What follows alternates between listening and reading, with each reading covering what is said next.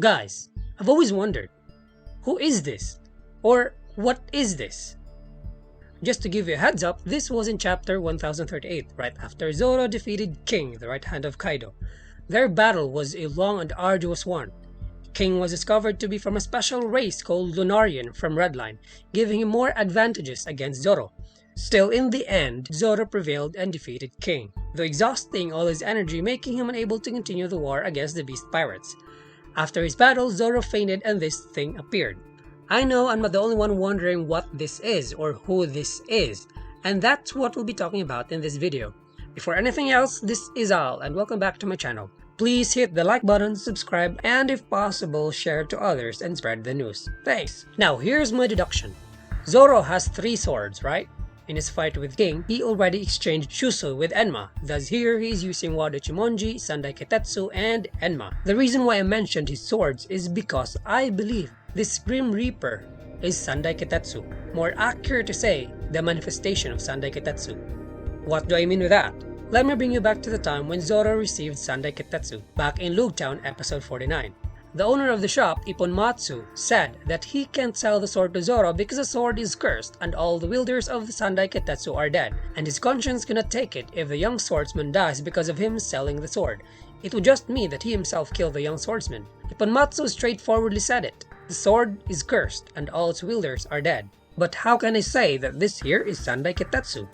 How about we put it this way? I am thinking, now this is just the stupid me thinking, okay, so it's up to you to believe it or not.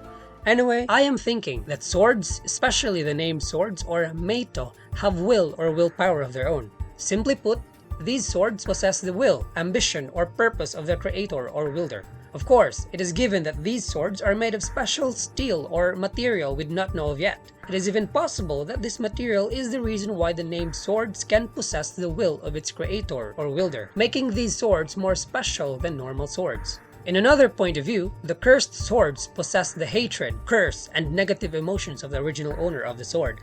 That is why they are said to be cursed. So my speculation is that the named swords, especially the graded ones, have a will of their own. The 12 supreme swords, the 21 great grade swords, and the 50 skillful grade swords have wills of their own so powerful that it takes a worthy swordsman to show their true worth and handle them. Going with this assumption, this cursed sword, Sandai Ketsu, has a spirit and will of its own. Not really a spirit like a floating non-tangible entity we see in movies and other anime, but a personality-like thing that has willpower. This will, or in One Piece terminology, haki, is so powerful that it intends to overwhelm and kill the wielder. As you can see, that will or spirit in Sandai Ketsu has taken the form of Grim Reaper, which is known in mythology as the one that causes the victim's death by coming to collect that person's soul. Back in Fishman Island, when the Straw Hats fought against Hodi's men and human slaves, one of the fishmen mentioned that the slash Zoro used was like the scythe of death himself, and Zoro was using his 3 swords here, including Sandai Ketsu. And if that's not enough to convince you, just like some legendary swords, it could also be that the swordsmith created and cursed the Kittatsu to take blood from its enemies.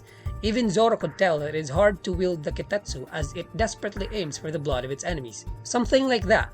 And Zoro, in this case, was at the point of fainting after his hard battle with King. And if my deduction is right that this cursed sword is trying to take the life of its user with its willpower when the user is at his most vulnerable condition, then the statement of Ipponmatsu that all the previous users of Kittatsu are dead is now cleared. Their deaths may not be all because they are defeated in battle, but maybe because they are overwhelmed by the willpower that is residing in the sword Sandai Ketsu. In Japanese legends, they have this sword called Muramasa. According to tradition, Muramasa was an ancient Japanese swordsmith who prayed that his swords would be great destroyers. Due to his weapon's extraordinary accuracy, the gods granted his wish and imbued them with a fierce spirit that would lead the wielder to murder or suicide if not content with combat. This legend is so like the Kittatsu swords. As the samurais of antiquity said it, the sword chooses the swordsman and has a will of its own. So only the worthy and strong enough to overpower the will residing in the cursed sword can wield it and live. Next, Zoro's fight with Kaido. You can still remember it, right? During this long fight between 2 reigning emperors of the sea, Kaido and Big Mom, against the supernovas of the new era, Kaido saw Oden in Zoro when Zoro was about to cut him. Even Big Mom said that it was not a normal sword, and there was something unusual with it. And take note, this was the first time this happened after 1,000 episodes and chapter of One Piece that we can see Oden overlapping with Zoro's figure. And this was the first time Zoro used Enma. It's not a coincidence, is it? Also, if you say that the reason Kaido saw Oden in Zoro is because of their swordsmanship, then let me correct you. Zoro is a 3-sword style swordsman, while Oden is a 2-sword style swordsman, so that couldn't be right. The only thing Zoro has in common with Oden is this Enma sword he's using. So one of the most plausible reasons this happened is because of Oden's will, or in One Piece term Haki, that remained in Enma. We all know that Enma absorbs Haki. It is even shown in episode 956. Therefore, that will or Haki that Enma absorbed from Oden could have remained and will continue to exist within the sword. So the reason why Kaido sees Oden in Zoro is because of Oden's will in Enma that Zoro is using. So going forward, if my speculation that swords have wills of their own, then we can finally make it clear why we see these illusions when Zoro uses sword techniques. These things we see like the Asura and this dragon. The one thing in question is, why can Zoro's enemies see these images or illusions? Kaku even pointed it out. I mean, Zoro has no devil fruit abilities or anything of sort that can manifest these illusions. He can swim in the sea, so Zoro, a non-devil fruit user, is irrefutable.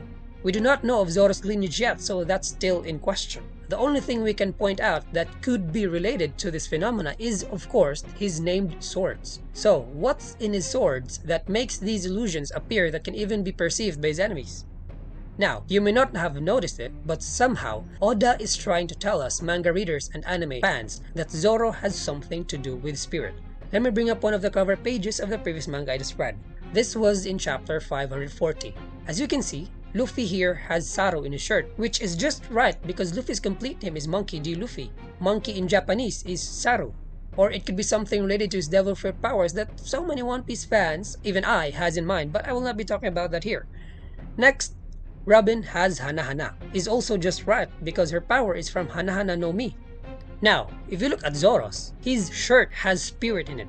I'm sure this is not just a random writing of Oda Sensei, because Oda can be meticulous with details sometimes.